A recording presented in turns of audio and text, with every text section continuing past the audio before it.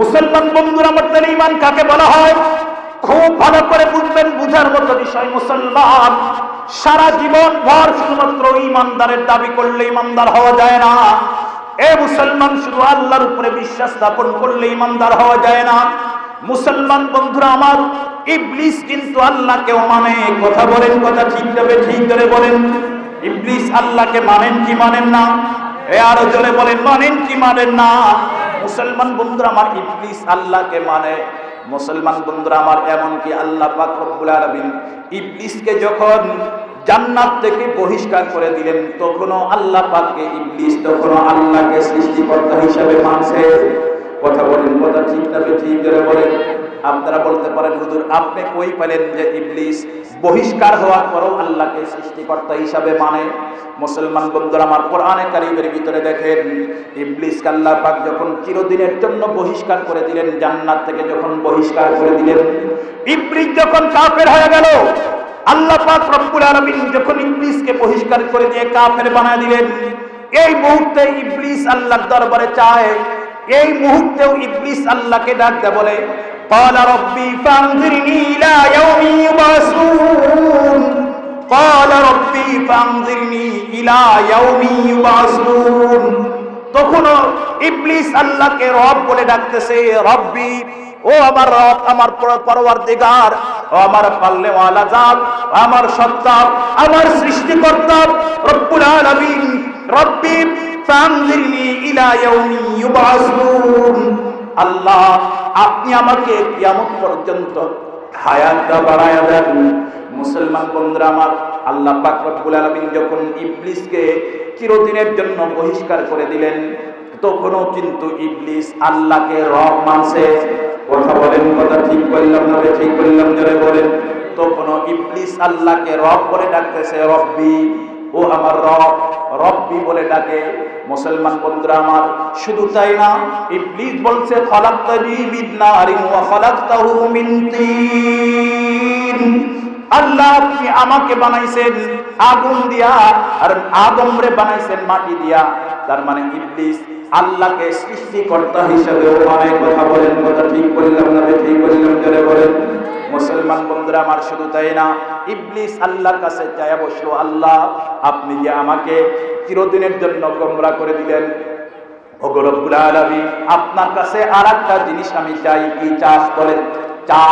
ইবলিস তখন বলে, আল্লাহ, আমি যেন বনি আদমের রক্ত এবং মাংসের ভিতরে রগের রেশায় রেশায় যেন ঢুকতে পারি, তাদের ডান দিক থেকে, পিছন থেকে, সামনে থেকে, চতুর্দিক থেকে যেন তোমার আদম জাতির কাছে যায়, তাদের রগ রেশায় যেন ঢুকতে পারি।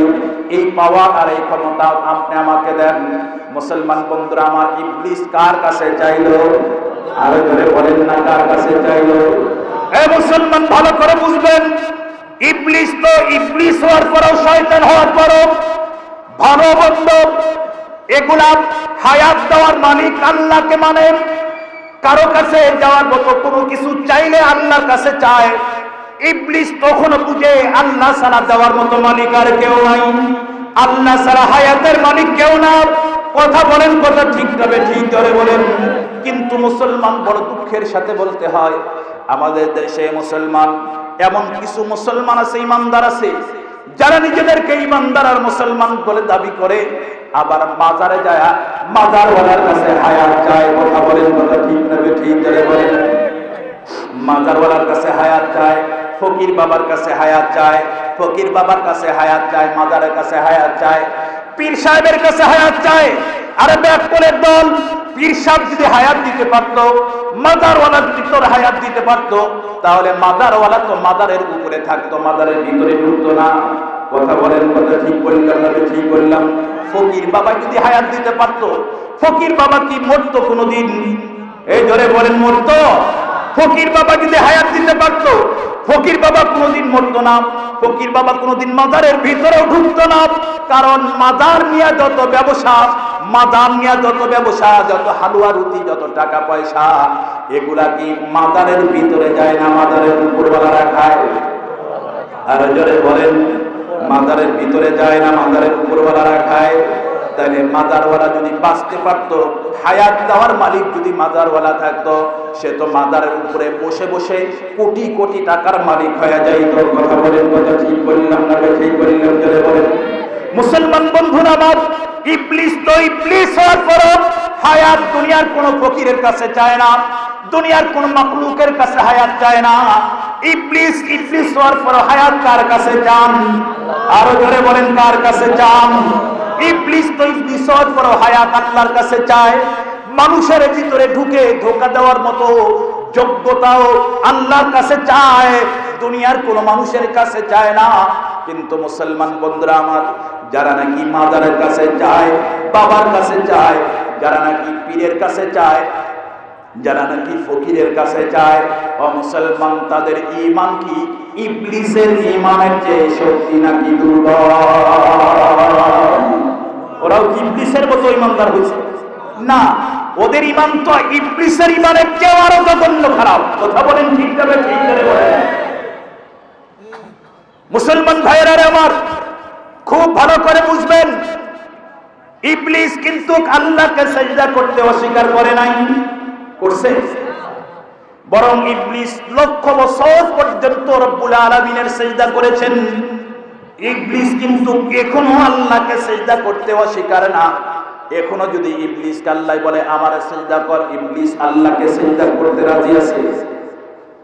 মুসলমান বন্ধুরা আমার, তাইলে বুঝেন, ইবলিস আল্লাহকেও মানে, ইবলিস আল্লাহ যে সৃষ্টিকর্তা তাও মানে, ইবলিস আল্লাহ যে রিজিক দাতা তাও মানে, ইবলিস আল্লাহ যে রব তাও মানে।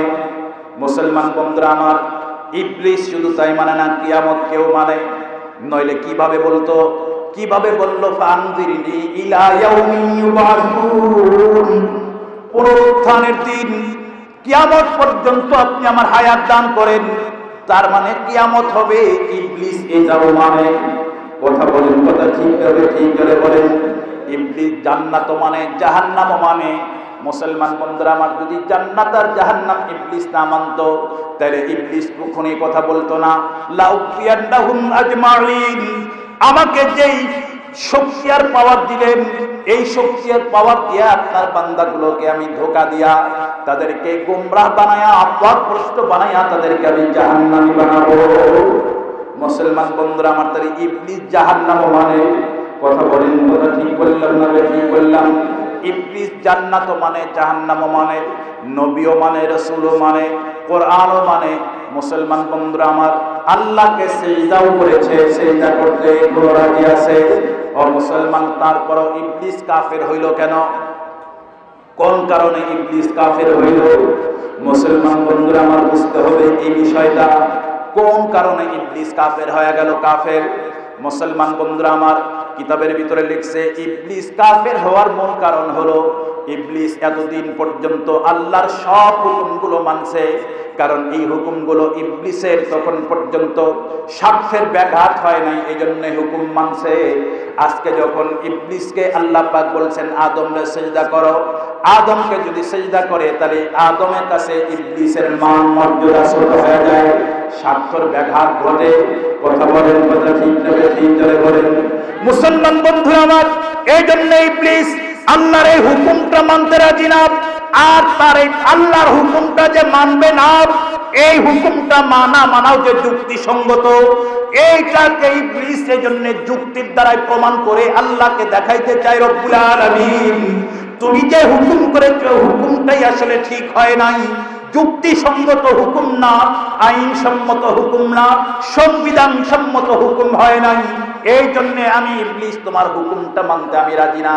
মুসলমান বন্ধুরা আমার, আল্লাহ পাক রব্বুল আলামিন ইবলিসের যুক্তির পাল্টা যুক্তি দিয়া, আল্লাহ পাক যুক্তি খণ্ডন না করে ইবলিসকে বহিষ্কার করে দিয়া দুনিয়ার সমস্ত মানুষগুলোকে ঈমান শিখায় দিলেন।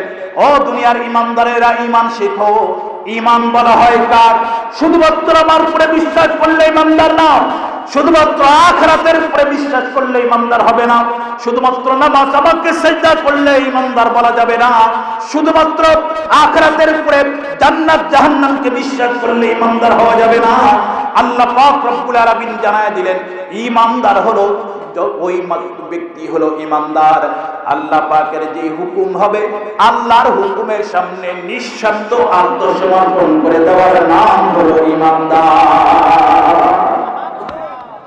আল্লাহর হুকুমের সামনে নিঃস্বার্থ আত্মসমর্পণ করার নাম হলো ঈমানদার। ঈমান সেটা আমার পক্ষে হলেও মানতে হবে, বিপক্ষে হলেও মানতে হবে, যুক্তিসঙ্গত হলেও মানতে হবে, যুক্তিসঙ্গত না হলেও মানতে হবে। আমার আপনার বুঝে আসলেও মানা, বুঝে না আসলেও মানা।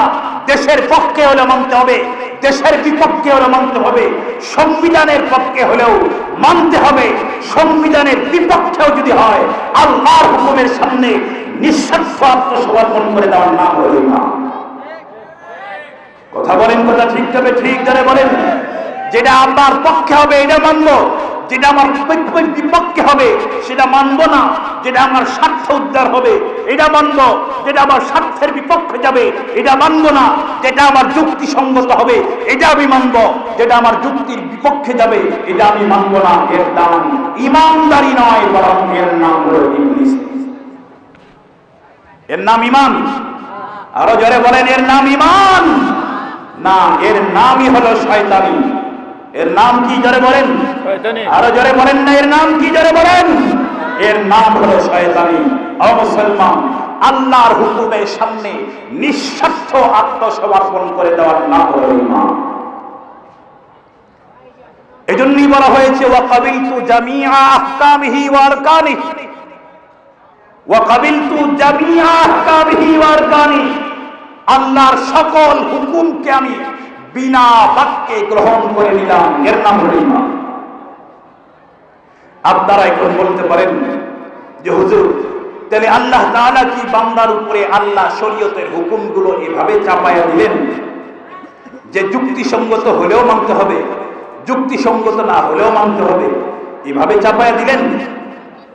সম্মানিত সুধী, আর একটা প্রশ্ন করতে পারেন, হুজুর এই যে নিঃস্বার্থ আল্লাহর হুকুমের সামনে আত্মসমর্পণ করতে হবে, এর নাম যে ঈমান, পাইলেন কোথায়?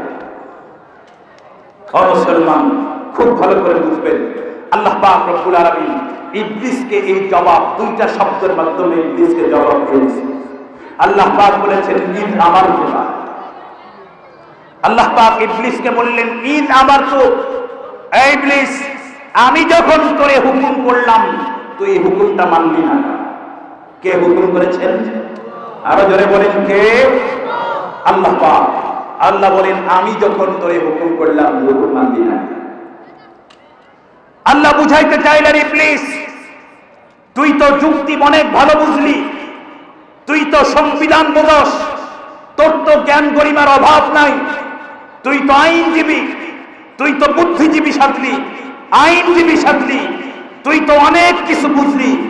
আদমের মাটি, আদমের সৃষ্টির উপাদান বুঝলি, তোর সৃষ্টির উপাদান বুঝলি, মাটির বৈশিষ্ট্য কি তাও বুঝলি, আগুনের বৈশিষ্ট্য কি তাও বুঝলি, মাটি অধম তাও বুঝলি, আগুন উত্তম তাও বুঝলি, সব বুঝলি। কিন্তু ইবলিস, আসলে যেটা তোর বোঝার দরকার ছিল এটা বলছিস। আসলে তোর যেটা বোঝার দরকার ছিল এটা বোঝস নাই। আসলে তোর বোঝার দরকার ছিল হুকুমটা করেছে কে, হুকুমটা করেছে কে, এটা তোর দেখার দরকার ছিল। তোর দেখার বোঝার দরকার ছিল কাকে সিজদা করতে বলা হয়েছে, সে উত্তম না অধম, এটা দেখা তোর বিষয় না। তোর বিষয় হলো হুকুম করেছেন কে, এটা দেখার বিষয়। যিনি হুকুম করেছেন তার সাথে তোর সম্পর্ক রাখবে, যিনি হুকুম করেছেন তার সাথে তোর সম্পর্কটা কি? সম্মানিত সুধী, ইবলিসকে আদম আলাইহিস সালাম সিজদা করার জন্য হুকুম করেছিলেন কে? জোরে বলেন, কে? আল্লাহর সাথে ইবলিসের সম্পর্ক কি? আল্লাহ খালেক, ইবলিস মাখলুক। আল্লাহ সৃষ্টিকর্তা, ইবলিস সৃষ্টি। কথা বলেন, কথা ঠিক ধরে ঠিক ধরে বলেন। আল্লাহ হলেন মালিক, ইবলিস হলো আল্লাহ গোলাম। কথা বলেন, কথা ঠিক হবে ঠিক ধরে বলেন। আল্লাহ বুঝাইতে চাইলেন ইবলিস, আমি তোর খালেক, তুই আমার মখলুক, আমি তোর মালিক, তুই আমার গোলাম। গোলাম আর মালিকের মধ্যে একটাই আইন চলে, খালেক আর সৃষ্টিকর্তার মধ্যে একটাই আইন চলে, সৃষ্টিকর্তা হুকুম করবে, মাখলুক মানতে বাধ্য। খালেক হুকুম করবে, মাখলুক মানবে, মালিক হুকুম করবে, গোলাম মানতে বাধ্য। কি হুকুম করলো, কেন হুকুম করলো, এটা দেখার, যুক্তি দেখার এই পারমিশন সুযোগ গোলামের নাই। কথা বলেন, কথা ঠিক তবে ঠিক। মুসলমান বন্ধুরা আমার, তাম পৃথিবীর সমস্ত মানুষগুলো কার গোলাম? জোরে বলেন কার? আরো জোরে বলেন কার গোলাম? তাম পৃথিবীর সমস্ত মানুষগুলো আল্লাহর গোলাম। তাম পৃথিবীর সকল মন্ত্রী মিনিস্টাররা কার গোলাম? আল্লাহর গোলাম। সমস্ত বুদ্ধিজীবীরা আল্লাহর গোলাম। তাম পৃথিবীর সমস্ত আইনজীবীরা আল্লাহর গোলাম। তাম পৃথিবীর সমস্ত রাষ্ট্রপতিরা আল্লাহর গোলাম। তাম পৃথিবীর সমস্ত বিচারপতিরাও আল্লাহর গোলাম। হুকুম চলবে একটা, আল্লাহ, আল্লাহ পাক মালিক। পৃথিবীর সমস্ত মানুষ আল্লাহর গোলাম। আল্লাহ হুকুম করবে, তাম পৃথিবীর সমস্ত বিচারপতিরা আল্লাহর হুকুম মানতে বাধ্য। আল্লাহ হুকুম করবে, পৃথিবীর সমস্ত বুদ্ধিজীবীরা আল্লাহর হুকুম পালন করতে বাধ্য। আল্লাহ হুকুম করলে পৃথিবীর সকল রাষ্ট্রপতি আল্লাহর হুকুম পালন করতে বাধ্য। আল্লাহ হুকুম করলে পৃথিবীর সকল প্রাইম মিনিস্টার, সকল মিনিস্টাররা আল্লাহর হুকুম পালন করতে বাধ্য। কথা বলেন ঠিক তবে ঠিক। এর নাম হলো ঈমান। এর নাম ঈমান। যুক্তিতে বুঝে আসলেও মানতে হবে, বুঝে না আসলেও মানতে হবে, পক্ষে থাকলেও মানতে হবে, আমার আপনার স্বার্থের বিপক্ষে গেলেও মানবো, না মানবো না? আরো জোরে বলেন, মানার নাম ঈমান, না না মানার নাম ঈমান। আবার আপনার স্বার্থের পক্ষে থাকলেও মানতে হবে, বিপক্ষে গেলেও মানতে হবে। আমার দলের পক্ষে থাকলেও মানতে হবে, দলের বিপক্ষে গেলেও মানতে হবে।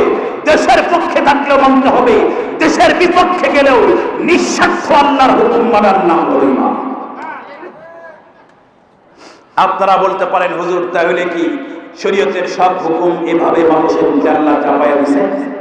না, শরীয়তের সব হুকুম এগুলা আল্লাহ পাক মানুষের উপরে এইভাবে অযৌক্তিক হুকুমগুলা মানুষের উপরে চাপায়া দেন নাই, বরং আলহামদুলিল্লাহ শরীয়তের যত হুকুম আছে সবগুলো হুকুম যুক্তিসঙ্গত। কথা বলেন, কথা ঠিক তবে ঠিক করে বলেন। শরীয়তের সব হুকুম বিজ্ঞান সম্মত, শরীয়তের সব হুকুম নেচারের সম্মত, পক্ষে মুআফিক। অমুসলমান, যদি বিজ্ঞান তার সঠিক দিক নির্দেশনায় সঠিক যদি ইচ্ছে বিজ্ঞান সঠিক পথে চলে, তাহলে কখনোই শরীয়তের কোন হুকুম বিজ্ঞানের বাহিরে হতেই পারে না। কথা বলেন, কথা ঠিক তবে ঠিক করে বলেন। কোন জায়গায় যদি বিজ্ঞান বলে শরীয়তের এই হুকুমটা নেচারের বিপক্ষে চলে গেছে, অথবা যুক্তি না, সঙ্গত না, বিজ্ঞান সম্মত না, বুঝতে হবে বিজ্ঞান সেখানে ভুল করেছে। এখনো বিজ্ঞান সঠিক তথ্য উৎপাদন করতে এখনো তারা ব্যর্থ হয়েছে। এখনো বিজ্ঞান এর বাস্তবতায় পৌঁছতে পারে নাই। কথা বলেন, কথা ঠিক তবে ঠিক করে বলেন। সুতরাং বিজ্ঞান যদি না বুঝে, কোন মানুষের মাথায় যদি না বুঝে না আসে, আমাদের মতো মানুষের, ছোট্ট মানুষের এই ব্রেনে যদি আল্লাহর হুকুম বুঝে না আসে, তাইলে কি এটা আল্লাহর হুকুমের দোষ না আমার আপনার নির্বুদ্ধিতার দোষ? কথা বলেন, এটা কি আল্লাহর হুকুমের দোষ না আমার আপনার ব্রেনের দুর্বলতা, আমার আপনার থিসিসের দুর্বলতা, আমার আপনার থিমসের দুর্বলতা? আমার আপনার বুঝে না আসলেও যিনি হুকুম করেছেন তিনি কি জ্ঞান আমার চেয়ে কম না বেশি? আরো জোরে বলেন না, কম না বেশি? তার জ্ঞান অনেক। মুসলমান, উদাহরণ দিলে ভালো করে বুঝবেন। আমাদের দেশে জেনারেল শিক্ষায় যারা পড়ে তারা অনেকগুলা ওই সাবজেক্ট আছে, যার মধ্যে একটা সাবজেক্ট আছে সায়েন্স, না আছে না নাই? সায়েন্সে নিয়ে পড়লে এদের যে গণিতগুলো দেয়, যে গণিত অঙ্কগুলো আছে, এই অঙ্কগুলো খুব জটিল, খুব কঠিন। এখন একজন দুর্বল ব্রেনের মানুষ, সে সায়েন্সের এই অঙ্ক বুঝে না, তার অঙ্ক বুঝে আসে না, খুব চেষ্টা করে বুঝে আসে না। এখন বুঝে না আসার কারণে সে কি এই কথা বলতে পারবে যে সায়েন্সের এই অঙ্কই ভুল? কথা বলেন। যদি কোনো ব্যাকরণে কথা বলে যে আরে এই সায়েন্সের ভিতরে এগুলা কি লেখছে সব ভুল, একটাও তো আমার বুঝে আসে না, এই কথা বললে কি এটা যুক্তিসঙ্গত কথা? যারা বলেন না যুক্তিসঙ্গত কথা না। আরে সায়েন্সের অঙ্ক তো ঠিকই আছে, কিন্তু তোর মাথার ভিতরে ব্রেন নাই, গোবর। তোর মাথার ভিতরে আছে গোবর, তোকে সায়েন্স নিয়ে পড়তে বলছে? তোর তো সায়েন্স নিয়ে পড়ার কথা না, তুই রাষ্ট্রবিজ্ঞান নিয়ে পড়। সায়েন্স নিয়ে পড়তে গেছো কেন? সায়েন্স নিয়ে পড়তে হলে মাথার ব্রেন লাগে। ব্রেন নাই, দুর্বল ব্রেনের মানুষগুলো যদি সায়েন্স নিয়ে পড়ে, আর সে যদি বলে সায়েন্সের অঙ্কগুলো ভুল, এটা যেমন বোকামি, এটা যেমন মূর্খতা। দুনিয়ার মানুষগুলো আল্লাহর আইন নিয়ে গবেষণা করার পরে কোন গবেষক যদি বলে আল্লাহর এই আইনটা ভুল, নিঃসন্দেহে বুঝতে হবে ওই লোকটার মাথার ভিতরে আসলে ব্রেন নাই, আসলে ওর মাথার ভিতরে গোবর অথবা কুকুরে পেশাব করে দিচ্ছে। তুমি আল্লাহর আইন বুঝতে পারো না, তোমাকে আল্লাহর আইন না গবেষণা করার অনুমতি কে দিয়েছে? তুমি আল্লাহর আইন না গবেষণা করতে গেলে কথা বলেন, কথা ঠিক তবে ঠিক গেলে বলে। সম্মানিত সুধী, শরীয়তের সবগুলো হুকুম বিজ্ঞানসম্মত, সব হুকুমই বিজ্ঞানসম্মত। একটাও বিজ্ঞানের বাহিরে নাই, একটাও বাস্তবতার বাহিরে নাই, সবগুলো বিজ্ঞান এবং যুক্তিসম্মত। এই যে ইবলিস যুক্তি পেশ করলো, আল্লাহ তাআলা ইচ্ছা করলে ইবলিসের যুক্তিতে পাল্টা যুক্তিও দিয়া ইবলিসের যুক্তি খণ্ডন করে দিতে পারতেন। আরে আল্লাহর যুক্তি তো অনেক পরের কথা। মুফাসসিরিনে কেরামগণ, মানুষ ওলামায়ে কেরামই তো ইবলিসের যুক্তির বিপরীত যুক্তি দিয়া ইবলিসের যুক্তি খণ্ডন করে দিয়েছে। তাফসীরের কিতাবের ভিতরে যুক্তিগুলো লেখা আছে। তার মধ্যে একটা দুইটা যুক্তির কথা বলবো আপনাদের। বলবো ইবলিসের যুক্তি ছিল কি, আনা খায়রুম মিনহু, আমি আদমের থেকে উত্তম। কেন? আমাকে বানাইছেন আগুন দিয়া, আদমকে বানাইছেন মাটি দিয়া। মাটির গতি হলো নিচের দিকে, আগুনের গতি হলো উপরের দিকে। উপরের দিকে যেটা যায় এটা উত্তম, নিচের দিকে যেটা যায় এটা অধম। সম্মানিত সুধী, আমি আপনাদেরকে জিজ্ঞাসা করি, বলেন তো দেখি, সব সময় যেটা উপরের দিকে যায় এটার দাম কি বেশি হয়? সব উপরের জিনিসের দাম বেশি? কথা বলেন, সব উপরের জিনিসের দাম বেশি না। আপনারা কখনো পুকুরের ভিতরে, বিলের ভিতরে, সমুদ্রের ভিতরে কচুরি পানা দেখছেন? কচুরি পানা? কচুরি পানা কি সমুদ্রের পানির উপরে থাকে না নিচে? কথা বলেন, উপরে না নিচে? উপরে থাকে। আর সমুদ্রের নিচে, বিলের নিচে ঝিনুক থাকে, ঝিনুকের ভিতরে মুক্তা থাকে, মুক্তা। আপনাদের এলাকায় বা আপনাদের এলাকা আমাদের এলাকা তো কাছাকাছি, বলেন তো দেখি এই ঝিনুক আর মুক্তাগুলো কি সাগরের পানির উপরে ভাসে না নিচে থাকে?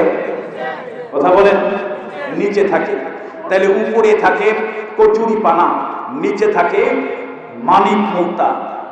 এখন আপনাদের জিজ্ঞাসা করি, বলেন তো দেখি, কচুরির পানার দাম বেশি না মানিক মুক্তার দাম বেশি? তাহলে বোঝা গেল উপরের দিকে গেলেই সব জিনিসের দাম বাড়ে। কথা বলেন, উপরের দিকে গেলেই সব জিনিসের দাম বাড়ে না, আর নিচে গেলেই সব জিনিসের দাম কমে। আর একটা বুঝেন, একটা ভরা কলসি, স্বর্ণ টাকা দিয়ে ভরা, কূপের মধ্যে নামায় দিচ্ছেন, কলসিটা কি পানির উপরে ভাসবে না নিচে চলে যাবে? নিচে চলে যাবে। আচ্ছা, আর একটা খালি কলসি কূপের ভিতরে নামায় দিলেন, কলসিটা কি নিচে যাবে না ভাসবে? ভাসবে। কেন? খালি কলসি, এর ভিতরে ওয়েট নাই, ওজন নাই। এজন্য যার ওজন নাই এটা উপরে ভাসে, যার ওজন বেশি এটা পানির নিচে চলে যায়।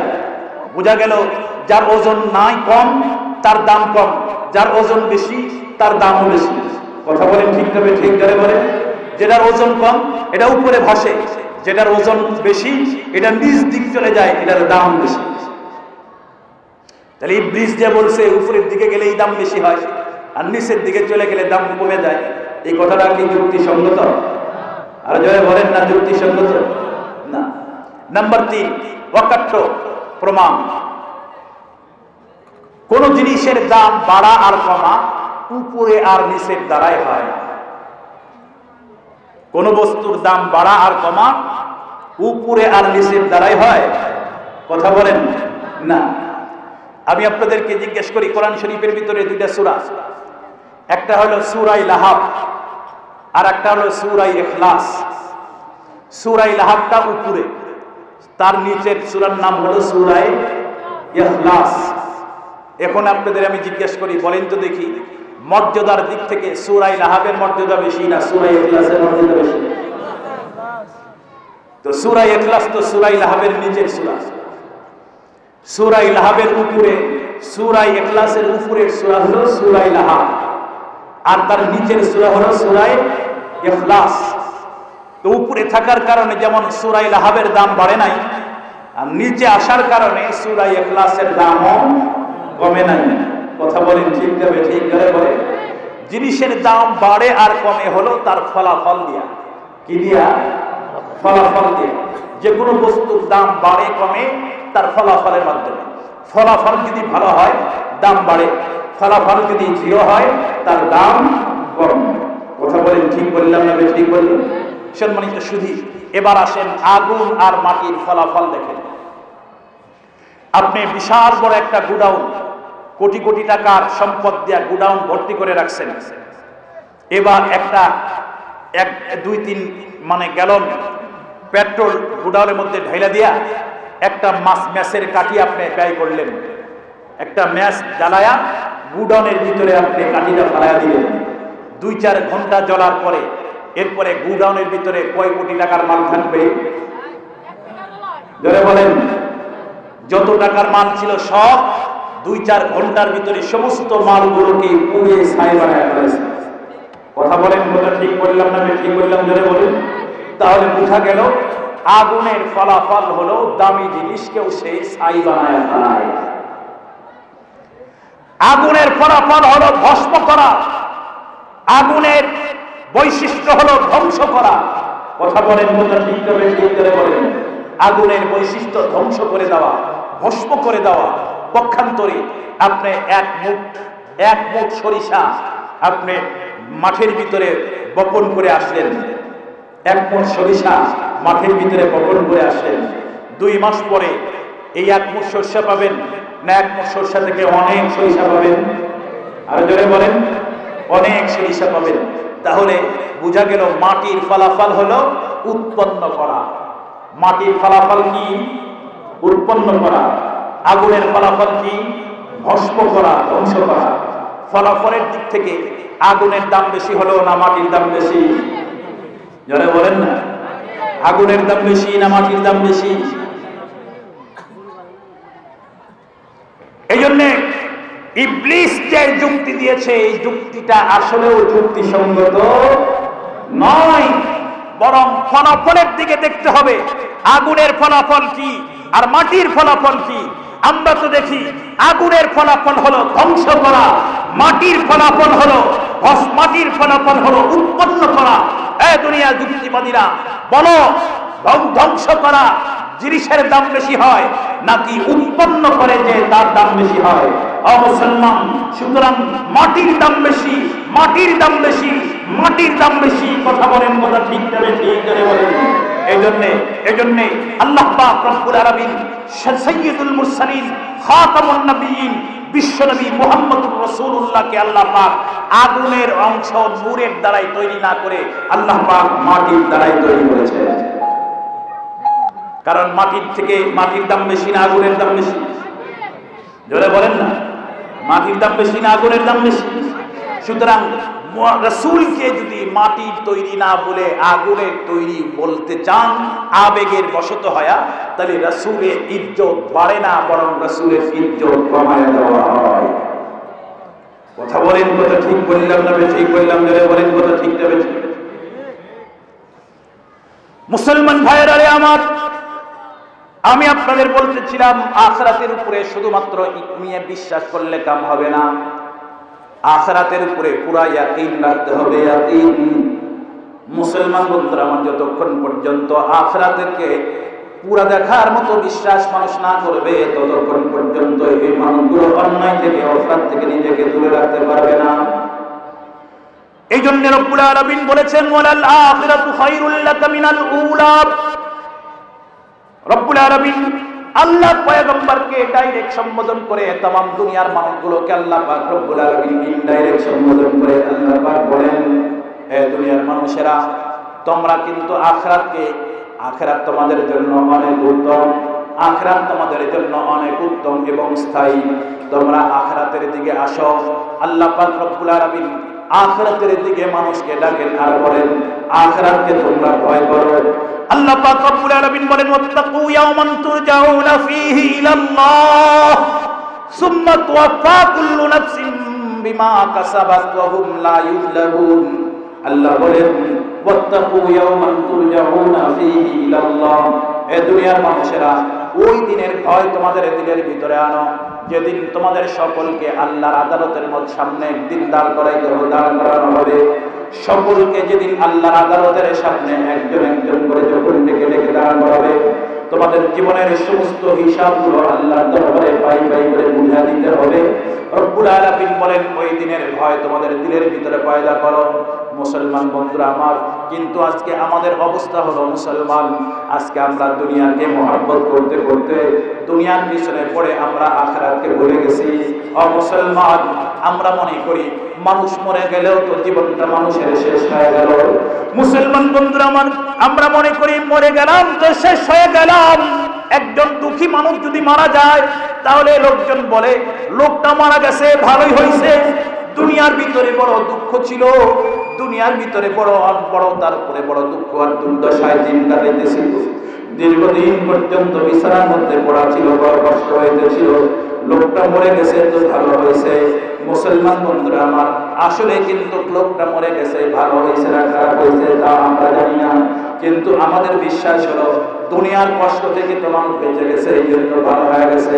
কিন্তু মুসলমান, দুনিয়ার কষ্ট কিন্তু শুধু কষ্ট না, আখিরাতের মধ্যে আখিরাত নামক আরেকটা জগৎ আমাদের সামনে আছে। কথা বলেন, কথা ঠিক না ঠিক করে বলেন। মুসলমান বন্ধুরা আমার, এই দুনিয়া আমার আপনার শেষ না। মুসলমান, আসলে আমরা যেদিন মরে যাব আমার জীবনের সমাপ্তি ঘটবে না, বরং আমার মৃত্যুর দ্বারায় আরেকটা জীবনের সূর্য মাত্র আমার জীবনে উদিত হবে। মৌত কো সমঝা है গাফিল ইখতিতামে জিন্দেগি, मौत को समझा है गाफिल इख्तिताम जिंदगी, दर हकीकत मौत तेरे सुबह दवाम जिंदगी, दर हकीकत मौत तेरे सुबह दवाम जिंदगी। এজন্যই তো আল্লাহর ওলি বলেন, এ দুনিয়ার মানুষেরা, তুমি মনে করছো মরে গেলা তো তোমার জীবন শেষ হয়ে গেল না। আল্লাহর ওলি বলেন, না না, তোমার মরার কারণে, মৃত্যুর কারণে আখিরাতের জীবনের সূচনা মাত্র হলো। তুমি মরে গেলা তো তোমার অনন্তকালের জীবনের সূর্য মাত্র তোমার জীবনে উদিত হলো। এমন এক সূর্য উদিত হলো যে সূর্যটা আর কোনোদিন তোমার জীবন থেকে অস্তমিত যাবে না। মুসলমান বন্ধুরা আমার, আজকে আমাদের ভিতরে যত হানাহানি মারামারি সবগুলো কিন্তু দুনিয়া কেন্দ্রিক। কথা বলেন, কথা ঠিক যাবে ঠিক করে বলেন। আজকে আমাদের ভিতরে দুনিয়ার মহাব্বত এত বেশি ঢুকছে, দুনিয়াকে পাওয়ার জন্য, দুনিয়ার সুখ শান্তি পাওয়ার জন্য, দুনিয়ার সফলতা পাওয়ার জন্য, দুনিয়ার ভিতরে কয়েকদিন একটু মোষ মেরে মারা চলার জন্য, দুনিয়ার ভিতরে একটু ভালো বাড়ি গাড়ি করার জন্য মুসলমান বন্ধুরা আমার সকাল থেকে সন্ধ্যা পর্যন্ত, সন্ধ্যা থেকে সকাল পর্যন্ত আমরা ব্যস্ত হয়ে পড়লাম। কিন্তু মুসলমান বন্ধুরা আমার 24 ঘন্টায় কখনো আমার আখিরাতের কথা একবারও স্মরণ হলো না। আল্লাহর পয়গম্বর হাদিস শরীফের মধ্যে তাই তো বলে গেছেন, ক্বালা রাসূলুল্লাহ সাল্লাল্লাহু আলাইহি ওয়াসাল্লাম সায়াতি আলা উম্মতি জামান। পয়গম্বর বলেন, আমার উম্মতের উপরে এমন একটা সময় আসবে, ইউহিব্বুনা খামসান ওয়া ইয়ানসাউনা আল খামস। পয়গম্বর বলেন, 5টা জিনিসকে যখন আমার উম্মত মহব্বত করবে আর অপর 5টা জিনিসকে আমার উম্মত ভুলে যাবে। আল্লাহর পয়গম্বর বলেন, ইউহিব্বুনা দুনিয়া ওয়া ইয়ানসাউনা আল আখিরা। আমার উম্মতের উপরে এমন একটা সময় আসবে যখন উম্মতগুলো দুনিয়াকে মহব্বত করতে থাকবে, দুনিয়ার জন্য সব তার সংগ্রাম হবে দুনিয়া কেন্দ্রিক। দুনিয়ায় বাঁচার জন্য ব্যবসা বাণিজ্য থেকে শুরু করে সারাটা জীবন সমস্ত কাজকর্ম শুধুমাত্র দুনিয়া কেন্দ্রিক করতে থাকবে। দুনিয়ার সুখ সজ্জা, দুনিয়ার বিলাসিতার লোভে মানুষগুলো চলতে থাকবে। মুসলমান বন্ধুরা আমার, আল্লাহর পয়গম্বর বলেন ওয়ায়ানসাউনাল আখিরা, আখিরাতকে যখন ভুলে যাবে, আখিরাতের কথা যখন মানুষ চিন্তা করবে না, সব সময় শুধু বলবে চান্দে গুই বাগে মান বুস্তানে মান, চান্দে গুই বাগে মান বুস্তানে মান, এই না গুই গরে গোরস্তানে মান। মানুষ বলবে এটা আমার দুনিয়া, এটা আমার বাড়ি, এটা আমার গাড়ি, এটা আমার ব্যবসা, এই আমাকে করতে হবে, কোটি কোটি টাকা আমাকে কামাইতে হবে, লক্ষ কোটি টাকার মালিক আমাকে হতে হবে। মুসলমান বন্ধুরা আমার, কিন্তু কখনো সে ভাববে না আমাকে একদিন সব টাকা ফিরে দুনিয়া থেকে চলে যেতে হবে। মুসলমান বন্ধুরা আমার, কোটি কোটি টাকার মালিক দুনিয়া থেকে চলে যায়, আবার ফকির মানুষগুলো দুনিয়া থেকে চলে যায়। কথা বলেন, কথা ঠিক বললাম না ঠিক বললাম? যারা বলেন, এই পৃথিবীর ভিতরে এমন কোন কোটিপতি নাই যে কোটিপতি কোটি কোটি টাকার মালিকের কারণে দুনিয়ার ভিতরে বেঁচে থাকতে পেরেছে, একদিন এক সেকেন্ড সময় বেশি পেয়েছে। কথা বলেন, কথা ঠিক বললাম না ঠিক বললাম? যারা বলেন। মুসলমান বন্ধুরা আমার, কোটি কোটি টাকার মালিক যারা গেছেন দুনিয়া থেকে, যারা গেছেন তারাও যেমন দুনিয়া থেকে খালি হাতে চলে গেছে, তাদের যাওয়ার অবস্থাটাও যেমন খালি হাতে দুনিয়া থেকে চলে গেছে। পরনের 1000 টাকা দামের কাপড়টাকে খুলে রাখা হয়েছে, 3 টুকরা সাদা কাপড় পরায়া মা বোনদেরকে 5 টুকরা সাদা কাপড় পরায়া দুনিয়া থেকে বিদায় করে দেওয়া হলো। মুসলমান, এ মুসলমান, কোটি কোটি টাকার মালিককে যেই খাটের উপরে শোয়ানো হইল, ফকিরকেও সেই খাটের উপরে শোয়া দুনিয়া থেকে বিদায় করে দেওয়া হলো। মুসলমান বন্ধুরা আমার, কথা বলেন, কথা ঠিক বললাম না ঠিক বললাম? যারা বলেন। মুসলমান বন্ধুরা আমার, এই পৃথিবীর ভিতরে কত শানদার, কত তাজদার, কত মানুষ ছিল, কিতনে কিতনে খুবসুরত, কিতনে খুবসুরত রানিয়া শাহজাদিয়া, तन बदन सब गल गई है शिक्ल सूरत क्या हुई, तन बदन सब गल गई है शिक्ल सूरत क्या हुई। মুসলমান বন্ধুরা আমার, দেখেন না একটা কত রং সুন্দরী রমণ ছিল এই পৃথিবীর ভিতরে, যারা সারা দুনিয়ার ভিতরে বিশ্ব সুন্দরী হয়েছিল। মুসলমান বন্ধুরা আমার, যাদের পিছনে হাজার হাজার নয় লক্ষ লক্ষ যুবকগুলো ঘুরত, যাদের এক নজর চেহারা দেখার জন্য যুবকেরা পাগল হয়ে থাকতো, কই সেই সুন্দরী আওয়াজকে দুনিয়া থেকে চলে গেছে, অন্ধকার কবরের ভিতরে শায়িত। মুসলমান বন্ধুরা আমার, তাদের সৌন্দর্য আজকে আর নাই, তাদের দেহগুলোকে মাটি খেয়ে ফেলেছে। মুসলমান, তাদের রক্তগুলোকে পোকামাকড়গুলোকে মুসলমান হাড্ডিগুলো আজকে মাটির সাথে মিশে আছে। ওই তাদের সেই সুন্দরী কোথায়, তাদের বাহাদুরি গেল? মুসলমান, কোথায় তাদের তাজদার, কোথায় তাদের বাহাদুরি, কোথায় তাদের রাজত্ব? ও মুসলমান বন্ধুরা আমার, এই পৃথিবীর ভিতরে অনেক রাজা বাদশা ছিল, যাদের দাপটে তমাম দুনিয়া থরথর করে কাঁপত। কথা বলেন, কথা ঠিক বললাম না ঠিক বললাম? ধরে বলেন। এমন অনেক নেতা ছিল যাকে তমাম দুনিয়া থরথর করে কাঁপত, যার দাপটে সামনের দিক থেকে কোনো মানুষ কোনোদিন হাইটে যাইতে পারে নাই। মুসলমান বন্ধুরা আমার, আজকে তার কবরের কাছে যায়, দেখেন কবরস্থানের ভিতরে পড়ে আছে। এ মুসলমান, কবরস্থানের ভিতরে লোকটা পড়ে আছে।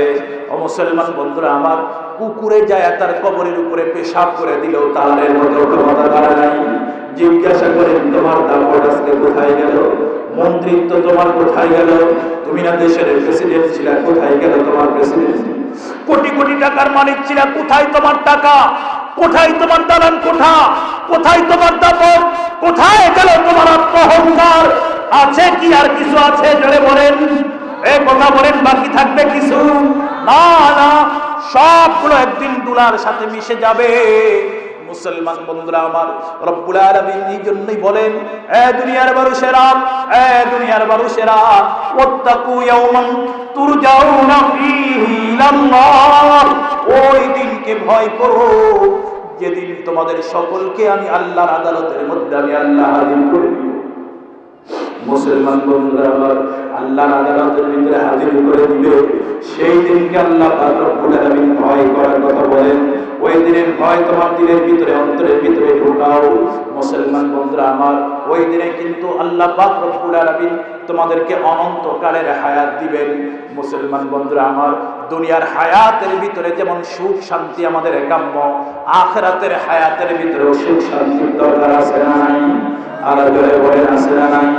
দুনিয়ার হায়াতের ভিতরে কেউ যদি মেহনত না করে, ব্যবসা বাণিজ্য না করে, দুনিয়ার হায়াতে সুখ শান্তি ভাবে কাটানোর জন্য চাকরিও করে না, ব্যবসা বাণিজ্যও করে না, কৃষি কাজ করে না, শুধুমাত্র বসে থাকে, এই মানুষটার কপালে কি দুনিয়ার সুখ শান্তি কোনোদিন জুটবে? আরো জোরে বলেন জুটবে? মুসলমান বন্ধুরা আমার, দুনিয়ার হায়াত যেমন মেহনত ছাড়া দুনিয়ার হায়াতের সুখ শান্তি যেমন কল্পনা করা যায় না, ও মুসলমান, আখিরাতের হায়াতের জন্য যদি আখিরাতের জন্য প্রস্তুতি না থাকে, মেহনত না থাকে, তাহলে আখিরাতের সফলতা কোনোদিন কপালে নসিব হবে না।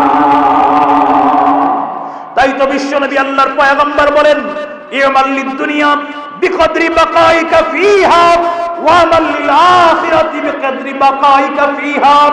আল্লাহর পয়গম্বর বলেন, দুনিয়ার মানুষ, তুমি দুনিয়াতে যে কয়েকদিন থাকবে, এই পরিমাণ তুমি দুনিয়ার জন্য মেহনত করতে পারো, তোমার জন্য অনুমতি আছে। আর আখিরাতের ময়দানে তুমি যতদিন আখিরাতের ময়দানে থাকবে, তোমার হায়াত যত লম্বা, আখিরাতের জন্য তোমাকে এত বেশি মেহনত করতে হবে। মুসলমান বন্ধুরা আমার, আখিরাতের হায়াত কি দুনিয়ার হায়াতের চেয়ে কম না বেশি? আরো বলেন কম না বেশি? মুসলমান বন্ধুরা আমার, কত বেশি? আল্লাহর পয়গম্বর একটা মিসাল দিয়া, দৃষ্টান্ত দিয়া বুঝান।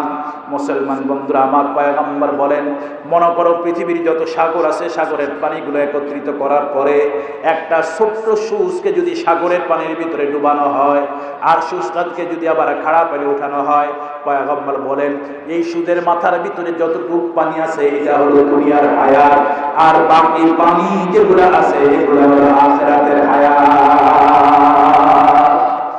মুসলমান বন্ধুরা আমার, সন্দেহ করতে আমাদের সন্দেহ আছে? আরো জোরে বলেন সন্দেহ আছে? আল্লাহর পয়গম্বর বলেন, এ দুনিয়ার মানুষেরা, আর পয়গম্বর বলেন, দুনিয়ার মানুষেরা, তোমাকে তো দুনিয়ার হায়াতের জন্য, দুনিয়ার ভোগ বিলাসিতা, দুনিয়ার সুখ শান্তির জন্য তোমাকে তো আল্লাহ পাক দুনিয়ার ভিতরে পাঠায় নাই। আল্লাহ পাক তোমাকে তো পাঠাইছে আখিরাতের সুখ শান্তি কল্যাণ দান করবেন এই জন্য। আখিরাতের সফলতা তোমাকে দেওয়ার জন্য আল্লাহ পাক তোমাকে দুনিয়ায় পাঠিয়ে দিয়েছেন। তুমি কিন্তু দুনিয়ার জন্য দুনিয়াতে আসো নাই, তুমি আসছো আখিরাতের জন্য। আর দুনিয়াকে আল্লাহ পাক বানাইছেন তোমার জন্য। আল্লাহর পয়গম্বর বলেন, নবীজি বলেন, আদ-দুনিয়া খুলিকাত লাকুম, দুনিয়া তোমাদের জন্য বানানো হয়েছে, ওয়া আন্নাকুম খুলিকতুম লিল আখিরাত, তোমাকে কিন্তু নিশ্চপ নিছক তুচ্ছ অল্প দিনের এই দুনিয়ার সুখ শান্তির জন্য আল্লাহ পাক রব্বুল আলামিন তোমাকে বানাইলেন। তোমাকে তো বানাইছে আখিরাতের অত্যন্ত সুখ আর শান্তি দেওয়ার জন্য। মুসলমান বন্ধুরা আমার, আখিরাতের সুখ আর শান্তি দেওয়ার জন্য আল্লাহ পাক রব্বুল আলামিন আদম জাতিকে বানাইছেন।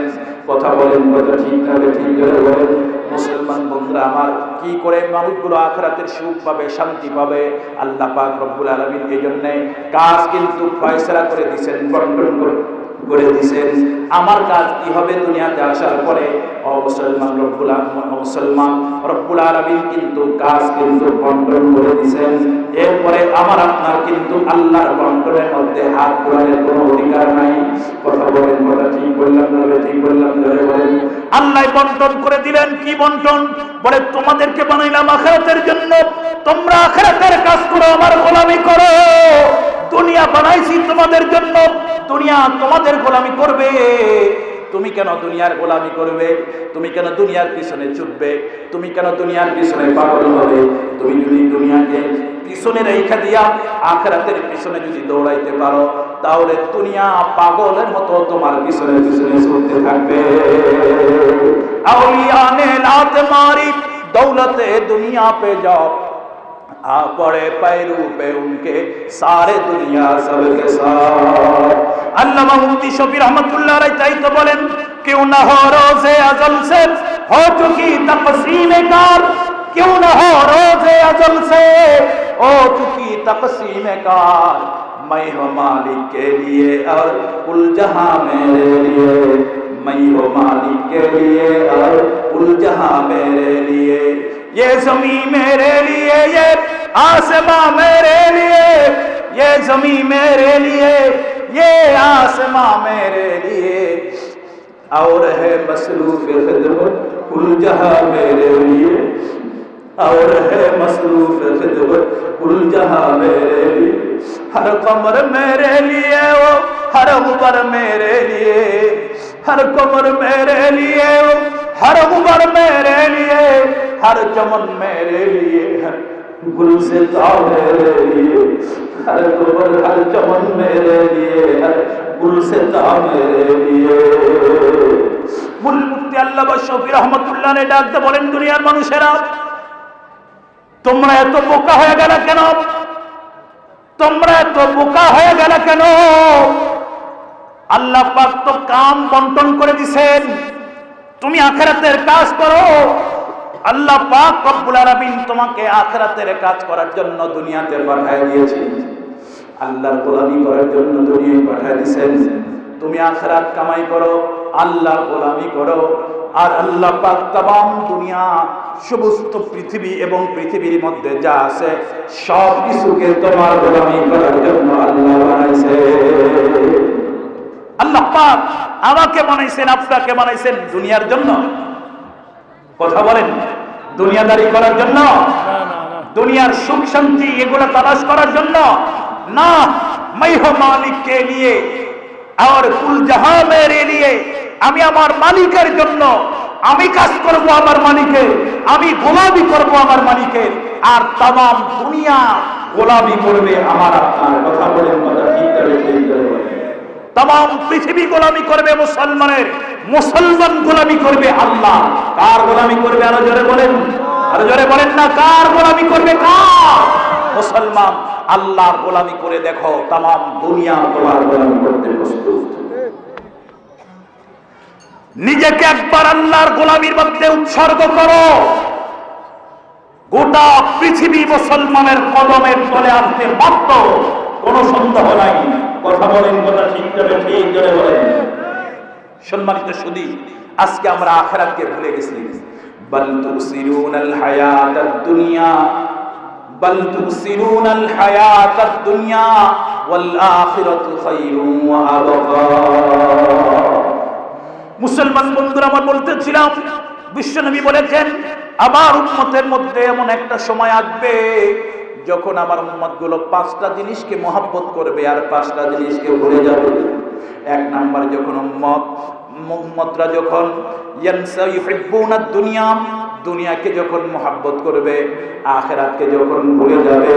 ও মুসলমান, পয়গম্বর বলেন ওয়া ইউহিব্বুনা, আর এমন একটা সময় আসবে ইউহিব্বুনাল কুসুর ওয়া ইয়ানসাউনাল কুবুর, যখন উম্মতগুলো বিল্ডিং অট্টালিকাকে মহব্বত করবে আর কবরের কথা যখন ভুলে যাবে।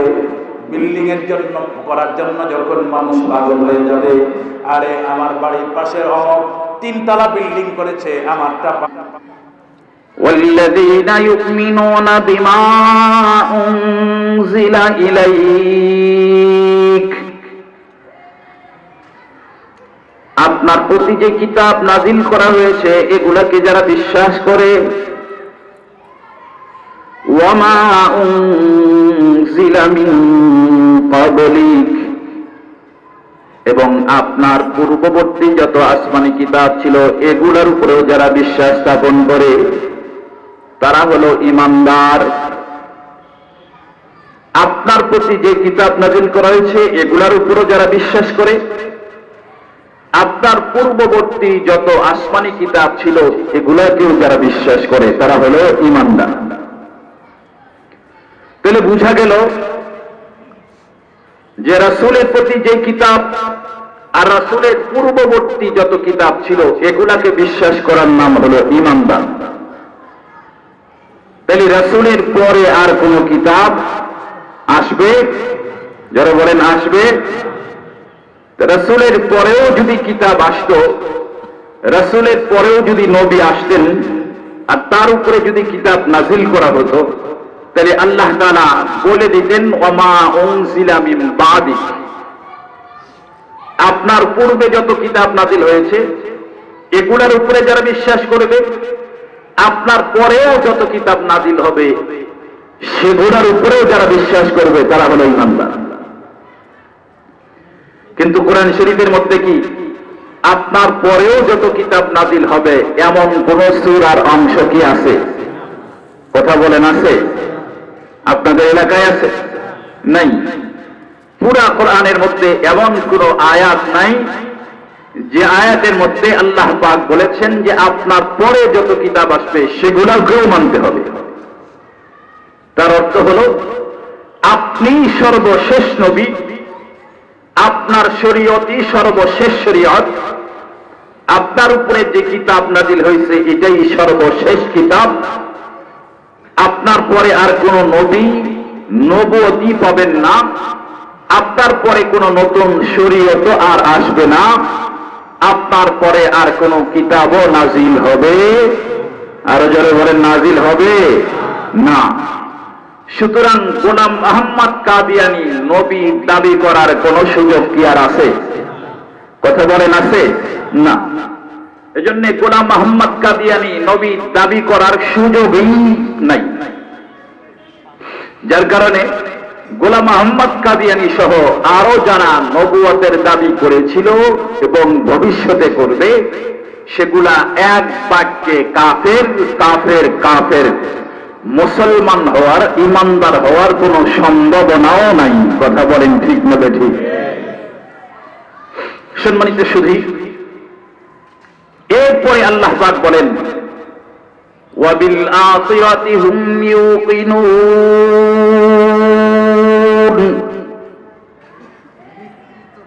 ওয়াবিল আখিরাতি হুম ইউকিনুন। খুব ভালো করে বুঝবেন, আল্লাহর উপরে বিশ্বাস স্থাপন করা এই শব্দটা আল্লাহ ব্যবহার করেছেন আল্লাযীনা ইউমিনুন, যারা বিশ্বাস করবে। ইউমিনুন মানে বিশ্বাস করা। কিতাবের উপরে বিশ্বাস স্থাপন করার জন্য আরবিতে যেই শব্দ ব্যবহার করা হয়েছে কোরআনের মধ্যে সেই শব্দ ইউমিনুন। রাসূলের উপরে বিশ্বাসের জন্য যে শব্দ ব্যবহার করা হয়েছে সেই শব্দটা হলো ইউমিনুন। কিন্তু আখিরাতকে বিশ্বাস করার ব্যাপারে এখানে কোরআনে কারীমের যে শব্দটা আল্লাহ পাক ব্যবহার করেছেন ইউমিনুন শব্দ ব্যবহার করেন নাই। আল্লাহ বলেন নাই ওয়াবিল আখিরাতি হুম ইউমিনুন, এমন বলেন নাই, বরং আল্লাহ বললেন ওয়াবিল আখিরাতি হুম ইউকিনুন। আখিরাতের ব্যাপারে যাদের ইয়াকিন, বিশ্বাস আর ইয়াকিনের মধ্যে পার্থক্য হলো, বিশ্বাস আর ইয়াকিনের মধ্যে পার্থক্য হলো অদৃশ্যর কথাগুলো শুনে সেগুলোকে বিশ্বাস করার নাম হলো ঈমান, আর কোন জিনিস দেখে বিশ্বাস করার নাম হলো ইয়াকিন। কোন জিনিস দেখে বিশ্বাস করার নাম ইয়াকিন, আর শুনে বিশ্বাস করার নাম ঈমান। দেখে বিশ্বাস করার নাম হলো ইয়াকিন, শুনে বিশ্বাস করার নাম হলো শুনে বিশ্বাস করার নাম হলো ঈমান। আখিরাতের ব্যাপারে আল্লাহ পাক শব্দ ব্যবহার করলেন ওয়াবিল আখিরাতি হুম ইউকিনুন। যারা আখিরাতের উপরে, আখিরাতকে যারা চোখে দেখার মতো বিশ্বাস করবে। আখিরাতকে কি দেখার মতো বিশ্বাস করবে ভাই? চোখে দেখার মতো যারা বিশ্বাস করবে তারা হলো মুত্তাকিন। নরমাল বিশ্বাস করলে কাজ হবে না। আখিরাতের উপরে নরমাল বিশ্বাস থাকলে কাজ হবে না। কারণ মানুষের জীবনের কন্ট্রোল করার জন্য, জীবনটাকে কন্ট্রোলের ভিতরে আনার জন্য, শরীয়তের সব বিধানের উপরে ওঠার জন্য সবচেয়ে বড় বড় উপকরণ যেটা, সেটা হলো আখিরাতের বিশ্বাস। সবচেয়ে বড় উপকরণ যেটা, এটার নাম হলো আখিরাতের বিশ্বাস। আখিরাতের উপরে যদি কারো বিশ্বাস না থাকে, তাহলে সে তার নিজের জীবনের লাগাম টেনে ধরতে পারবে না। সে নিজেকে অন্যায়, অপরাধ, জুলুম, অবিচার, অত্যাচার, মিথ্যা, কদাচার, গুনাহ, নাফরমানি থেকে নিজেকে হেফাজত করতে পারবে না, আখিরাতের উপরে যদি কারো বিশ্বাস না থাকে। সম্মানিত শুধু আখিরাতের উপরে শুধু বিশ্বাস থাকলেই কাজ হবে না, চোখে দেখার মতো আখিরাতকে বিশ্বাস করতে হবে। আখিরাতের বিশ্বাস ছাড়া আমার আপনার এই ইহকালীন এই জীবন কখনোই ইসলামাইজেশন করা, কখনোই শরীয়তের উপরে জানা আমার আপনার দ্বারাই সম্ভব হবে না। গুনাহ থেকে বাঁচতে পারবো না। আখিরাতের উপর বিশ্বাস করে খ্রিস্টান যারা খ্রিস্ট ধর্মে অবলম্বী, এরাও আখিরাতের উপরে বিশ্বাস করে, ওরাও আখিরাত মানে। কিন্তু আখিরাতের উপরে ওদের বিশ্বাস থাকার পরও ওরা কেন ওদের শরীয়তের উপরে, ওদের দ্বীনের উপরে চলতে পারে না? কেন অন্যায়, অবিচার, কেন গুনাহ, নাফরমানির মধ্যে লিপ্ত, অবাধে, স্বাধীনভাবে অবাধে তারা নাফরমানির ভিতরে লিপ্ত কেন? কারণ আখিরাতের উপরে বিশ্বাস আছে বলে, কিন্তু তাদের বিশ্বাস হলো, খ্রিস্টানদের ধর্ম বিশ্বাস হলো যে খ্রিস্টানদের ধর্মের যত মানুষ কিয়ামত পর্যন্ত আসবে, সকল মানুষ যত গুনাহ করবে, সকল গুনাহের প্রায়শ্চিত্ত তাদের ধর্ম মতে, তাদের যিশু ঈসা আলাইহিস সালাম নিজেই নিজের বহন করে সুলিতে চড়ে ওনার জীবন উৎসর্গ করে গেছেন। এই জন্যে কিয়ামত পর্যন্ত যত মানুষ খ্রিস্ট ধর্মে অনুসারী হবে, এরা গুনাহ করলেও, অন্যায় করলেও, অবিচার করলেও, অত্যাচার করলেও, নাফরমানি করলেও তাদের কোনো গুনাহ হবে না। কারণ সকলের গুনাহ, সকলের পক্ষ থেকে একজন ওনাদের যিশু নিজেই সুলিতে চড়ে সকল মানুষের গুনাহ কাফারা করে গেছে। নাউযুবিল্লাহ বলেন, আরো জোরে বলেন না নাউযুবিল্লাহ। এই জন্য খ্রিস্টান ধর্মের ভিতরে তাদের কোনো ধর্মীয় বাক বিচার নাই, ধর্মীয় কোনো অনুশীলনী নাই, কোনো আইন নাই, বাইন্ডিংস নাই, যে যেভাবে খুশি সেভাবে চলতে পারে, যত গুনাহ করে করুক, কোনো সমস্যা নাই। কারণ সকল গুনাহের প্রায়শ্চিত্ত ওনাদের যিশুই নাকি করে গেছে। নাউযুবিল্লাহ বলেন, আর জোরে বলেন না নাউযুবিল্লাহ। আপনাদের কি বিশ্বাস একজনের গুনাহের পরিণাম আর একজন কি ভোগ করবে? কথা বলেন, ভোগ করবে না। প্রথমত কথা, একজনের গুনাহ আর একজন ভোগ করবেই না। এই বিশ্বাস, এই আকীদা মুসলমানদের মধ্যে আছে? ইসলামের এই আকীদা না? আল্লাহ পাক কোরআনে কারীমের মধ্যে বলেছেন, ওয়ালা তাযিরু ওয়াজিরাতুন বিজরা উখরা। রব্বুল আলামিন বলেন, ওয়ালা তাযিরু ওয়াজিরাতুন বিজরা উখরা। একজনের গুনাহ বোঝা আর একজন কখনো বহন করবে না। মুসলমান ভাইরা, আমাদের নবী বিশ্বনবী মুহাম্মদুর রাসূলুল্লাহ সাল্লাল্লাহু আলাইহি ওয়াসাল্লাম সাইয়্যিদুল আম্বিয়া, আশরাফুল আম্বিয়া, ইমামুল মুরসালিন, খাতামুন নবিয়্যিন, ফখরে মাওজুদাত, যার হাতের ভিতরে রব্বুল আলামিন শাফাআতে কুবরার লাগাম, ঝান্ডাটা আল্লাহ পাক যার হাতে দান করবেন। মুসলমান বন্ধুরা আমার, যে পয়গম্বর জান্নাতে ঢোকার আগ পর্যন্ত পৃথিবীর অন্য কোনো পয়গম্বর জান্নাতে ঢোকার পারমিশন পাবেন না। হাসরের ময়দানে আল্লাহর পয়গম্বর, আল্লাহ পাক রব্বুল আলামিন পয়গম্বরকে সর্বোচ্চ মর্যাদা দান করবেন। রব্বুল আলামিন যার জন্য মাকামে মাহমুদ রেখে দিয়েছেন, মাকামে মাহমুদ স্পেশাল জায়গা আল্লাহ পাক রব্বুল আলামিন যার জন্য বরাদ্দ করে দিয়েছেন।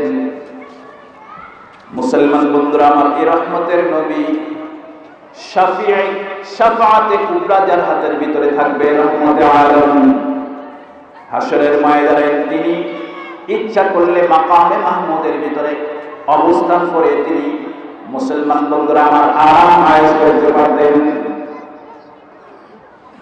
কিন্তু পয়গম্বর হাসরের ময়দানে আরাম করবেন না।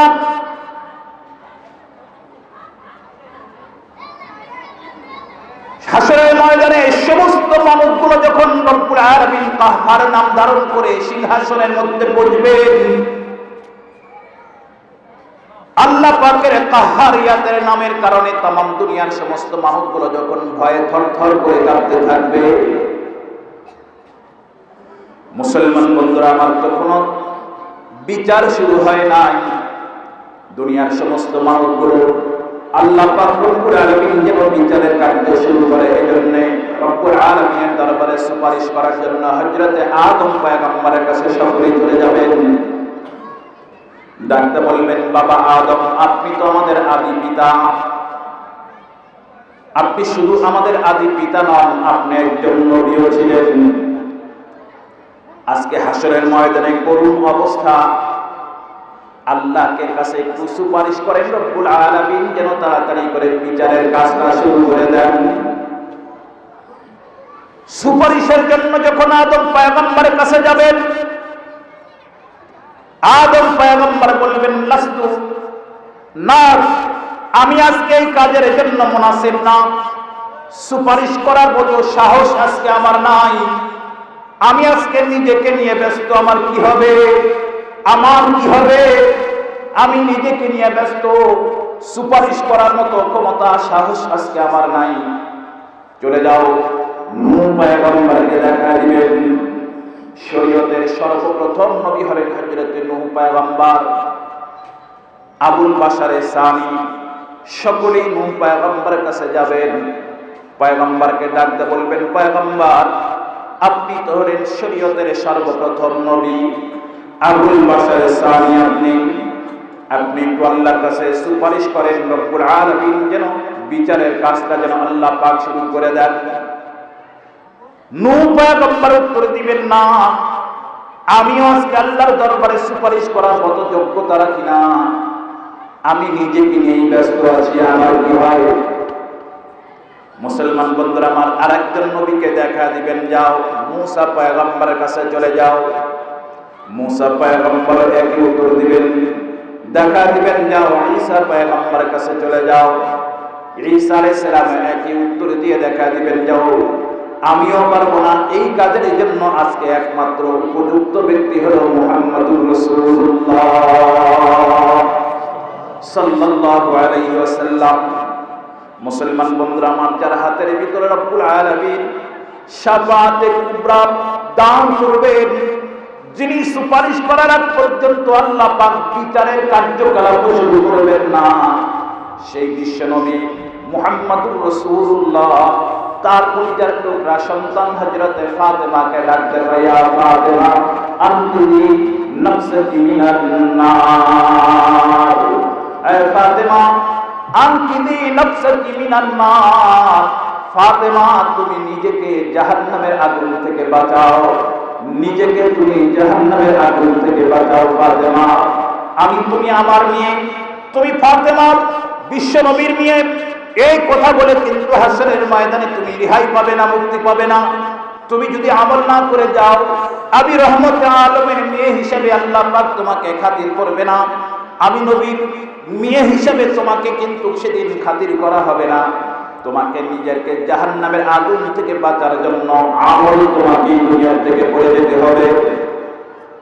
মুসলমান বন্ধুরা আমার, পয়গম্বর বলেন, তুমি যদি নিজেকে জাহান্নামের আগুন থেকে বাঁচাইতে না পারো, এই কাজগুলো যদি দুনিয়া থেকে করতে না পারো, তাহলে হাসরের ময়দানে আমি পয়গম্বর কিন্তু তোমার কোনো কাজে লাগবো না, তোমাকে বাঁচাইতে পারবো না। মুসলমান বন্ধুরা আমার পয়গম্বর বলেন, বিশ্বনবী বলেন, সকল মানুষকে নিজেকে জাহান্নামের আগুন থেকে বাঁচাইতে হবে। আমার আপনার নবী বা পীর বলেন, বুজুর্গ বলেন, বাবা বলেন, কোন মানুষ কোনদিন আর একজনকে যদি আমল না থাকে, নেক আমল যদি না থাকে, ঈমান যদি না থাকে, তাহলে এই মানুষগুলোকে কখনোই জাহান্নামের আগুন থেকে বাঁচাইতে পারবে না। কথা বলেন, কথা ঠিক যাবে, ঠিক যাবে বলেন। কিন্তু মুসলমান বন্ধুরা আমার, খ্রিস্টানদের আকীদা হলো যত গুনাহ করবে কোন গুনার প্রায়শ্চিত্ত তাদের ভোগ করা লাগবে না, তাদের যিশু নাকি সব প্রায়শ্চিত্ত ভোগ করে দুনিয়া থেকে চলে গেছেন। কিন্তু মুসলমান বন্ধুরা আমার, আল্লাহ পাক বলেন, না না, পয়গম্বর তো ঈসা পয়গম্বর তো সুলিতে চলে নাই। কথা বলেন, কথা ঠিক যাবে, ঠিক যাবে বলেন। ঈসা পয়গম্বর তো সুলিতে চলে নাই, হত্যাও তাকে করা হয় নাই। রব্বুল আলামিন তো ঈসা আলাইহিস সালামকে জিন্দা অবস্থায় আল্লাহ পাক আসমানে উঠায় নিয়ে গেছে। মুসলমান ভাইরা আমার, যে কথাটা বোঝানোর জন্য আমি আপনাদের কথাটা বললাম, আখিরাতের উপরে শুধুমাত্র বিশ্বাস থাকলে কিন্তু, নরমাল বিশ্বাস থাকলে কিন্তু মানুষ গুনাহ থেকে বাঁচতে পারে না। আখিরাতের উপরে শুধু বিশ্বাস থাকলে কিন্তু মানুষকে অন্যায়, অবিচার, অত্যাচার থেকে বাঁচাইতে পারবে না। এই জন্য রব্বুল আলামিন বললেন, ওয়াবিল আখিরাতি হুম ইউকিনুন। আখিরাতের উপরে শুধুমাত্র বিশ্বাস করলে কাজ হবে না। চোখে দেখা বস্তুকে তোমরা যেমন বিশ্বাস করো, আল্লাহ পাক রব্বুল আলামিন বলেন, যতক্ষণ পর্যন্ত আখিরাতের উপরে এই পরিমাণ ইয়াকিন তোমাদের জন্ম না দেবে, ততক্ষণ পর্যন্ত কামেল ঈমানদার তোমরা হতে পারবে না। আখিরাতের উপরে নরমাল বিশ্বাস, আখিরাতের উপরে বিশ্বাস তো আমাদেরও আছে। কথা বলেন, আছে না নাই? আমরা আখিরাতকে বিশ্বাস করি না? কথা বলেন, করি কি করি না? আখিরাতকে আমরাও তো বিশ্বাস করি, আখিরাতের উপরে বিশ্বাস তো আমাদের আছে। কিন্তু আমাদের এ বিশ্বাস, আখিরাতের এই বিশ্বাস আমাকে মিথ্যা থেকে দূরে রাখতে পারে নাই। আখিরাতের এই বিশ্বাস আমাকে সুদ আর ঘুষ থেকে দূরে রাখতে পারে নাই। আখিরাতের এই বিশ্বাস আমাকে বেপর্দা চলা থেকে আমাকে দূরে রাখতে পারে নাই। আখিরাতের এই বিশ্বাস আমাকে অশ্লীলতা, অসভ্যতা থেকে হেফাজত করতে পারে নাই। আখিরাতের এই বিশ্বাস আমাকে অন্যায়, জুলুম, অবিচার, অত্যাচার থেকে আমাকে দূরে রাখতে পারে নাই। বিশ্বাস করি ঠিকই আখিরাতকে, কিন্তু ওই বিশ্বাস আমার ভিতরে নাই যে বিশ্বাস থাকলে আমার হাত জুলুমের দিকে কখনো যাইত না, যে বিশ্বাস থাকলে আমার পাও অন্যায়ের দিকে কখনো বাড়ত না, যে বিশ্বাস থাকলে আমার জবান মিথ্যার দিকে কখনো যাইত না, যে বিশ্বাস থাকলে এই হাত ঘুষ আর সুদের টাকা গ্রহণ করার জন্য কখনোই সামনের দিকে অগ্রসর হতো না। কথা বলেন, কথা ঠিক বললাম, ঠিক বললাম। এই জন্য আখিরাতকে শুধু বিশ্বাস করে না, আখিরাতকে ইয়াকিন করতে হবে, চোখে দেখার মতো বিশ্বাস করতে হবে যে না, আখিরাত আমার সামনে আছে, এর মধ্যে কোনো সন্দেহ নেই। সন্দেহ আছে? কথা বলেন, সন্দেহ আছে? নেই।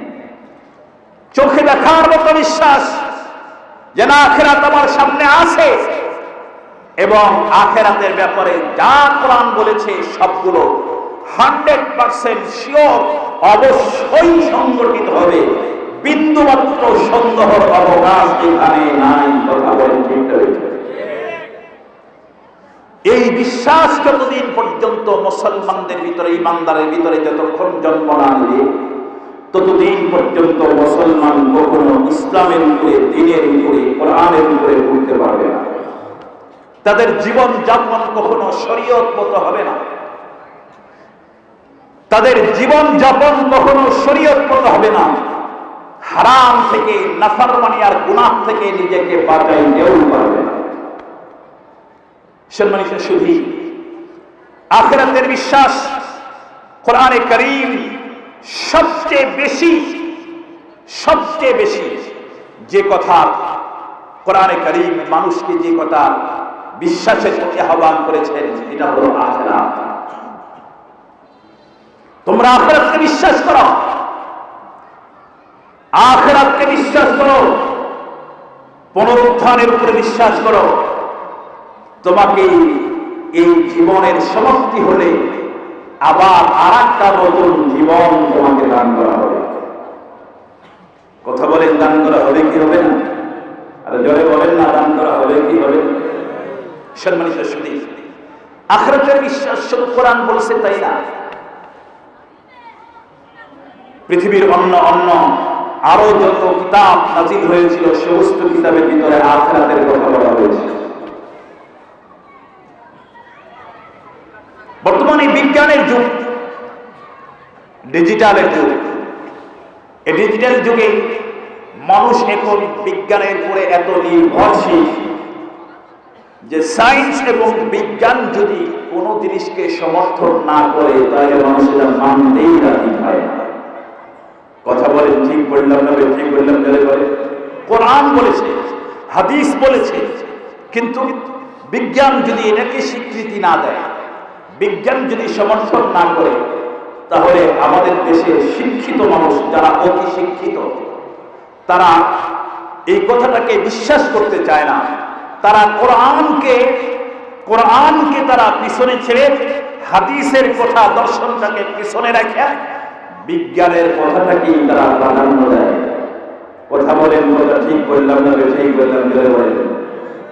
সম্মানিত সুধী, এই পৃথিবীর অনেক বড় বড় কয়েকজন বৈজ্ঞানিক দার্শনিক, পৃথিবীর বড় বড় কয়েকজন বৈজ্ঞানিক এবং দার্শনিক মিলা তাদের সাক্ষাৎকার নিয়ে একটা বই, কিতাব রচনা করা হয়েছিল আমেরিকায়, সম্ভবত 1992 বা 93, এই 90-এর দশকের ভিতরে। সেই বইটার নাম দেওয়া হয়েছিল লাইফ আফটার লাইফ। ইংরেজিতে যখন লেখা হলো, বইটার নাম দেওয়া হয়েছিল লাইফ আফটার লাইফ, জীবনের পরে জীবন। এই কিতাবটা কিন্তু মৌলভী সাহেবরা লেখেননি, মুফতি সাহেবরা লেখেননি, মুহাদ্দিস সাহেব লেখেননি। এই বইটা লিখেছে আমেরিকা সহ সারা বিশ্বের বড় বড় অনেক কয়েকজন বৈজ্ঞানিক এবং দার্শনিক লিখেছে, যারা সবাই মৃত্যুর দুয়ার থেকে ফিরে এসেছে।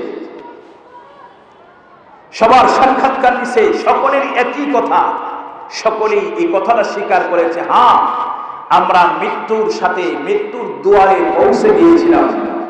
আমরা তখন মরণের পরে আরেকটা জগৎ দেখেছি, যে মরণের পরে আরেকটা জগৎ আছে, আমরা নিজের চোখে দেখছি।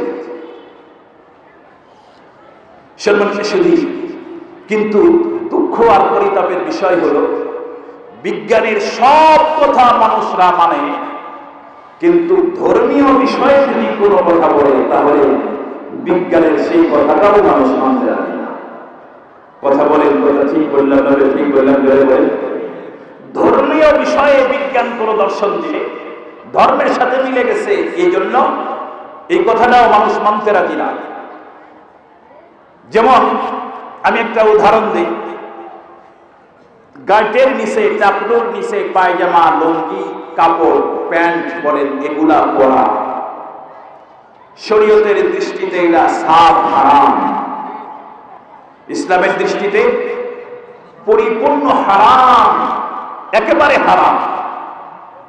আল্লাহ পয়গম্বর হাদিস শরীফের মধ্যে বলছেন, গাঁটের নিচে যাদের পায়জামা, লুঙ্গি যাবে, আল্লাহ রাসূল বলেন এই পাগুলো জাহান্নামে ঢুকবে। কোথায় ঢুকবে? জাহান্নামে ঢুকবে। এটা আল্লাহ রাসূল বলে গেছেন। গাঁটের নিচে পায়জামা, লুঙ্গি পড়লে সেই পা কোথায় যাবে? জাহান্নামে যাবে। অন্য হাদিসের মধ্যে আল্লাহ রাসূল বলেছেন তাদের কোনো ইবাদত কবুল হবে না, তাদের কোনো দোয়াও কবুল হবে না, এবং হাশরের ময়দানে আল্লাহ পাক এদের দিকে রহমতের নজরে তাকাবেন না।